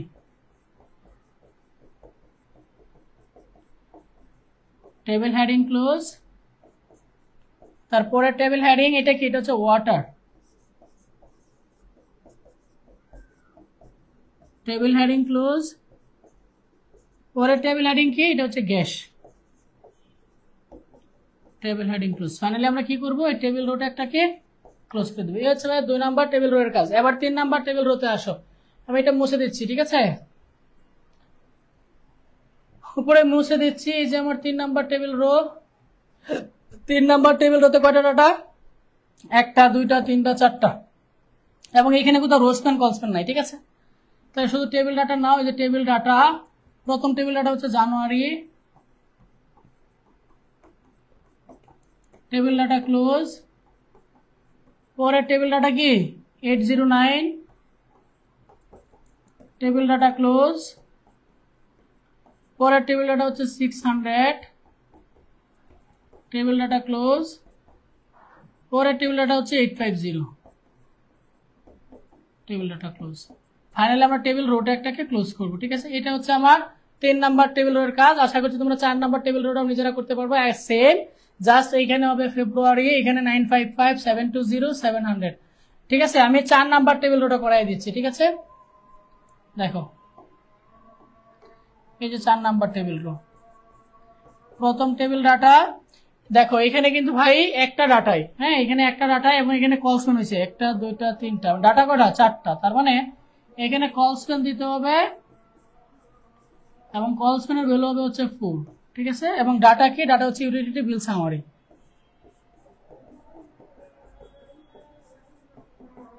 বিল সামারি। ঠিক আছে, ফাইনালি কি করবা? এই টেবিল ডাটাটা একটা ক্লোজ করে দিবা। ঠিক আছে, ফাইনালি আমরা কি করবো? টেবিল রোটা একটাকে ক্লোজ করে দিব, তারপর টেবিলটা একটাকে ক্লোজ করবা, তারপরে বডি, তারপরে HTML। এই তো হয়ে গেল। পরবর্তী প্রশ্ন বলছে, ওয়েবসাইট তৈরিতে উদ্দীপকে উল্লেখিত চিত্র 1 ও চিত্র 2 এর মধ্যে কোন কাঠামোটি উত্তম, মানে বেটার কোনটা, এটা ব্যাখ্যা করো। এখন আমাকে ফাইন্ড আউট করতে হবে চিত্র 1 কোন কাঠামো, চিত্র 2 কোন কাঠামো। চিত্র 1 দেখো, একটা পেজ থেকে আরেকটা পেজ, আরেকটা পেজ থেকে আরেকটা পেজ, তার মানে এটা হচ্ছে লিনিয়ার কাঠামো। আর একটা হোম পেজের এগেইনস্টে হচ্ছে বাকি পেজগুলো আছে, তার মানে এটা হচ্ছে ট্রি কাঠামো। এটা কেন নেটওয়ার্ক না? অনেকে এটাকে বলবা নেটওয়ার্ক। নেটওয়ার্ক হলে কিন্তু সব পেজের সাথে সব পেজ কানেক্ট থাকতো, এই পেজ 1 এর সাথে পেজ 2 থাকতো, পেজ 2 এর সাথে পেজ 1 থাকতো, এরকম। এখানে কিন্তু পেজ 1 এর সাথে পেজ 2 কানেক্ট আছে না, সবগুলো একটা হোম পেজের সাথে কানেক্টেড। এটা হচ্ছে ট্রি কাঠামো। অনেকে বলো ভাই এটা ট্রি কেমনে হয়? তুমি একটু এইভাবে চিন্তা করো, এইভাবে চিন্তা করো যে এটা মনে করো হোম পেজ, তার সাথে মনে করো বাকি আরো 4টা পেজ, একটা পেজ, একটা পেজ, একটা পেজ, এটা পেজ। এইটা তোমার যে ট্রি হয়, তাহলে এইটাকে তুমি এভাবে চিন্তা করো যে একটা হোম পেজের এগেইনস্টে বাকি পেজগুলো আছে, এটাও ট্রি। তার মানে এটা হচ্ছে লিনিয়ার কাঠামো, আর এটা হচ্ছে ট্রি কাঠামো। লিনিয়ার ট্রির মধ্যে কোনটা বেটার? ট্রি হচ্ছে বেটার। তোমাদেরকে একটা ফর্মুলা দিয়ে দিয়েছিলাম যে আমাদের নেটওয়ার্ক কাঠামো কয়টা? আমাদের নেটওয়ার্ক কাঠামো হচ্ছে 4টা। কি কি? একটা হচ্ছে ট্রি, 2 নাম্বার হচ্ছে নেটওয়ার্ক, 3 হচ্ছে লিনিয়ার, 4 হচ্ছে হাইব্রিড। হাইব্রিড মূলত কোনো কাঠামো না, উপরের যে 3টা কাঠামো আছে ওদের সংমিশ্রণে যদি নতুন কোনো কাঠামো তৈরি হয়, এটা হচ্ছে হাইব্রিড কাঠামো। তার মানে এই 3টা হচ্ছে কাঠামো, ট্রি, নেটওয়ার্ক, লিনিয়ার। সিরিয়ালটা মনে রাখবা, নেটওয়ার্ক হচ্ছে সবচেয়ে বেটার, তারপরে হচ্ছে ট্রি, তারপরে হচ্ছে লিনিয়ার। ঠিক আছে, তার মানে ট্রি আর লিনিয়ার মধ্যে কে বেটার? ট্রি কাঠামোটা হচ্ছে বেটার। ব্যাখ্যা বলে দিবা, ট্রি এর সুবিধা বলে দিবা, লিনিয়ারের অসুবিধা বলে দিবা, শেষ। এইটা হচ্ছে একটা মিনিট, আমি একটু আজানের বিরতি নিচ্ছি। হ্যাঁ, আজান দিচ্ছি। আচ্ছা একটু দেখো, এই কোয়েশনটা আসছিল হচ্ছে সি প্রোগ্রামিং থেকে। হ্যাঁ, কোয়েশনটা কি বলছে দেখো, ইন্টারপ্রেটার কি? ইন্টারপ্রেটার হচ্ছে একটা অনুবাদক প্রোগ্রাম, যে অনুবাদক প্রোগ্রাম লাইন বাই লাইন অনুবাদ করে, এটা হচ্ছে ইন্টারপ্রেটার। ঠিক আছে, পরবর্তী প্রশ্ন হচ্ছে সি প্রোগ্রাম। এই ভাগ আর হচ্ছে মডুলাস অপারেটর দুটির মধ্যে গাণিতিক প্রক্রিয়া এক হলেও এদের ফলাফল ভিন্ন হয়।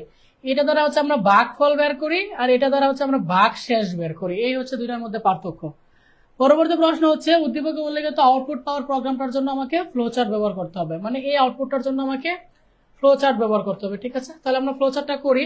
দেখো এখানে আমরা স্টার্ট করি।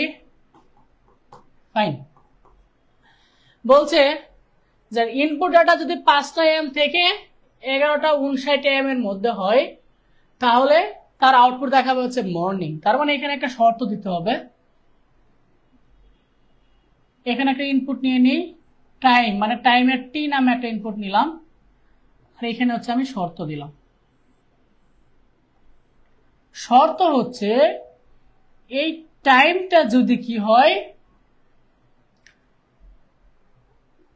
5 AM এর চেয়ে বড় হয়, 5টার বড় হয় আর 11:59 ছোট হয়, এবং এই টাইম যদি কি হয়, এটা একটু বড় করে লিখি নাহলে এখানে হবে না।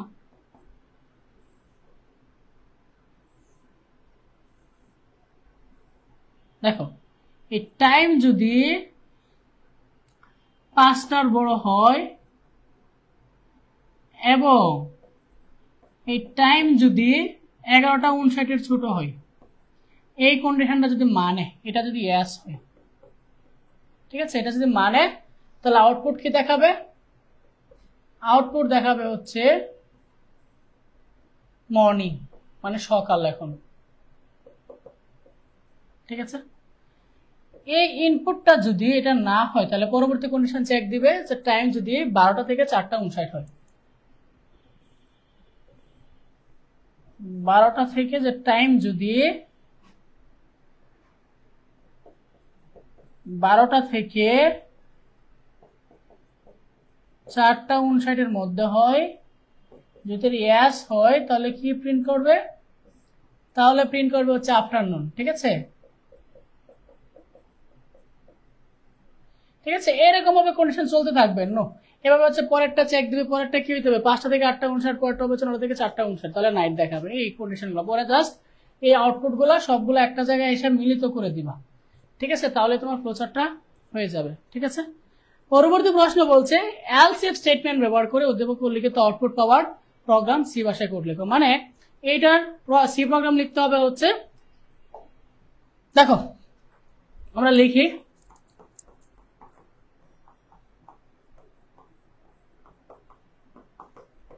হেডার ফাইলটা ইনক্লুড করে নিলাম।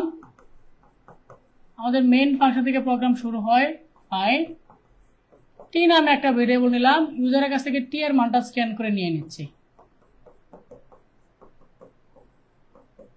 ফাইন, এবার কন্ডিশন দিচ্ছি, যদি এই টি এর মানটা 5টার বড় হয় এবং এই টি এর মান যদি কয়টা যেন বলছিল 11:59 ছোট হয়, ঠিক আছে, তাহলে কি প্রিন্ট করবে? তাহলে প্রিন্ট করবে হচ্ছে মর্নিং।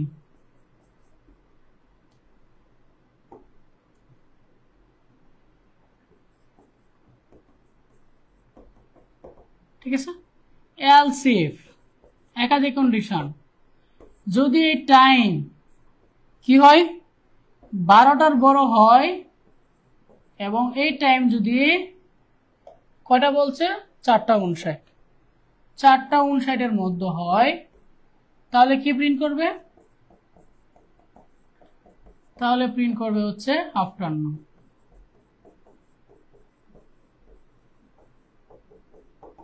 ঠিক আছে, এলস ইফ অ্যানাদার কন্ডিশন, এই টাইমটা যদি 5টা থেকে 8:59 মধ্যে হয়, 5টার বড়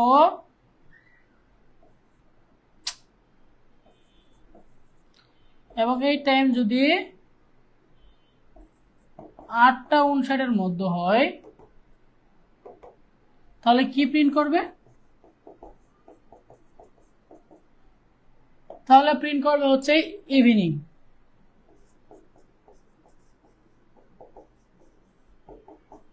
ঠিক আছে। আরেকটা কন্ডিশন লাস্ট এলসিএম, এই টাইম যদি 9টা থেকে 4:59 মধ্যে হয়, যে রাত 9টা থেকে 4:59 PM এর মধ্যে হয়, ঠিক আছে, তাহলে কি প্রিন্ট করবে? তাহলে প্রিন্ট করবে হচ্ছে কি জানো, নাইট প্রিন্ট করবে, নাইট। ঠিক আছে, এই তো। নেক্সট কোয়েশ্চেনে কি বলছে? নেক্সট কোয়েশ্চেন হচ্ছে এটা, মেশিন ভাষা কি? মেশিন ভাষা হচ্ছে প্রথম স্তরের ভাষা, যেটা হচ্ছে যান্ত্রিক ভাষা, যে ভাষাটা কম্পিউটার বোঝে, এটা হচ্ছে মেশিন ভাষা। ডিবাগিং একটা অত্যাবশ্যক কাজ, এটা অবশ্যই লাগে। তুমি একটা প্রোগ্রাম লিখছো, তুমি যদি টেস্ট না করো, কোনো ভুল আছে কিনা এটা সংশোধন না করো, তাহলে কি প্রোগ্রামটার কোনো মানে হবে না। তার মানে ডিবাগিংটা অবশ্যই করতে হবে। ডিবাগিং মানে হচ্ছে একটা প্রোগ্রামের ভুল খুঁজে বের করা এবং তার সংশোধন করা। একটা প্রোগ্রামে যদি ভুল থাকে তাহলে প্রোগ্রাম রান করবে না, আউটপুট দেখাবে না। আউটপুট না দেখালে প্রোগ্রাম করাটাই বৃথা। তার মানে ওই প্রোগ্রামের ভুলটা খুঁজে বের করতে হবে এবং এটা সংশোধন করতে হবে। তার মানে ডিবাগিং করাটা খুবই গুরুত্বপূর্ণ কাজ। পরবর্তী প্রশ্ন হচ্ছে, উদ্দীপকে উল্লেখিত চিত্রটির পরিসীমা নির্ণয়ের অ্যালগরিদম লিখো। এই চিত্রটা কি? এটা হচ্ছে একটা ত্রিভুজ। ত্রিভুজের পরিসীমা কি? 3টা বাহুর যোগফল। তার মানে এটার পরিসীমা কি হবে? এক্স ওয়াই জেড, এই 3টা বাহুর যোগফলে হচ্ছে কি ত্রিভুজের পরিসীমা। তাহলে এটার জন্য অ্যালগরিদম লিখে ফেলো। খুবই সিম্পল অ্যালগরিদম, খুবই সিম্পল অ্যালগরিদম। দেখো প্রথমে কি করবা, স্টেপ 1 স্টার্ট, স্টেপ 2 তে কি করবা, পরিসীমা নামে একটা ভেরিয়েবল নিবা, ইনপুট নিবা মনে করো রেজাল্ট রাখার জন্য, মনে করো আর নামে একটা ভেরিয়েবল নিলাম রেজাল্টটা রাখার জন্য, আর এক্স ওয়াই জেড ও ইনপুট নিতে হবে। ঠিক আছে, তারপরে স্টেপ 3 তে কি করবা, প্রসেসের কাজটা করবা। এই যে রেজাল্টের কাছে কি করবা, এই 3টা যোগ করে রেজাল্টটা রাখবা। তারপরে স্টেপ 4 এ কি করবা, আর এর মানটা প্রিন্ট করে দিবা। আর স্টেপ 5 এ কি করবা, স্টপ। এই তো হয়ে গেল অ্যালগরিদম। এই 4টা লাইন লিখতে পারলে 3 নাম্বার। এই কোশ্চেনটা মোটামুটি সহজ ছিল। পরবর্তী প্রশ্ন বলছে, উদ্দীপকে উল্লেখিত চিত্রটির ক্ষেত্রফল নির্ণয়ের জন্য সি ভাষায় প্রোগ্রাম লিখো। মানে এই ত্রিভুজের ক্ষেত্রফল নির্ণয় করতে হবে। দেখো ত্রিভুজটা কিন্তু ভাইয়া উচ্চতা দেওয়া নাই। আমরা ত্রিভুজের ক্ষেত্রফল নির্ণয় করি কেমনে, হাফ ইন্টু ভূমি পরম উচ্চতা, এটা হচ্ছে ক্ষেত্রফল নির্ণয়ের সূত্র। যেহেতু এখানে উচ্চতা দেওয়া নাই, তার মানে ওই ফর্মুলা দিয়ে করলে হবে না। আমরা ত্রিভুজের ক্ষেত্রফল নির্ণয়ের আরেকটা ফর্মুলা জানি। আরেকটা ফর্মুলা কি? ত্রিভুজের আরেকটা ফর্মুলা হচ্ছে ক্ষেত্রফল নির্ণয়ের, মানে মানে এরিয়া, ক্ষেত্রফল। সূত্রটা হচ্ছে S into S minus A into S minus B into S minus C root over. এটা হচ্ছে মূলত ত্রিভুজের ক্ষেত্রফল নির্ণয়ের সূত্র। তো এই সূত্রটাতে তোমাকে হচ্ছে সি প্রোগ্রামটা লিখতে হবে। তাহলে আমরা লিখে ফেলি, ইনক্লুড studio.h। এখানে ম্যাথের জন্য আরেকটা হেডার ফাইল নিতে হবে, ম্যাথ হেডার ফাইলটা নিয়ে নিতে হবে। ঠিক আছে, ম্যাথ হেডার ফাইলটা নিয়ে নিলাম। এবার মেইন ফাংশন থেকে প্রোগ্রামটা শুরু করলাম।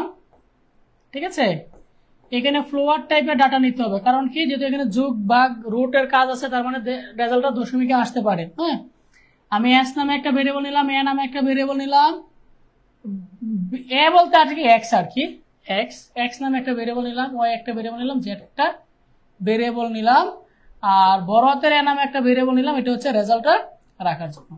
এইখানে আরেকটা জিনিস আমাকে আলোচনা করতে হবে, সেটা হচ্ছে এস কে। এখানে এস হচ্ছে ভাইয়া পরিসীমার অর্ধেক। আমরা যে পরিসীমা নির্ণয় করেছেন একটু আগে, পরিসীমার অর্ধেক হচ্ছে এস। ঠিক আছে, তার মানে এস এর মানটা আগে বের করতে হবে। এখানে আমি এস কেমনে বের করবো, এস বের করবো হচ্ছে এই যে এক্স ওয়াই জেড 3টা বাহু যোগ করে 2 দিয়ে ভাগ দিব, তাহলে আমার পরিসীমা বের হয়ে যাবে, এস এর মানটা বের হয়ে যাবে। ঠিক আছে, তারপর আমি এর মানটা কেমনে বের করবো, এর মানটা বের করবো হচ্ছে স্কোয়ার রুট ফাংশন দিয়ে, এস কিউ আর টি, এর মানে হচ্ছে square root function, S Q R T ফাংশনটা মনে রাখবা, S Q R T square root function. এই যে আমরা রুট আছে না, এই রুটের কাজটা করবে হচ্ছে এস কিউ আর টি, যেটাকে বলা হচ্ছে স্কোয়ার রুট ফাংশন।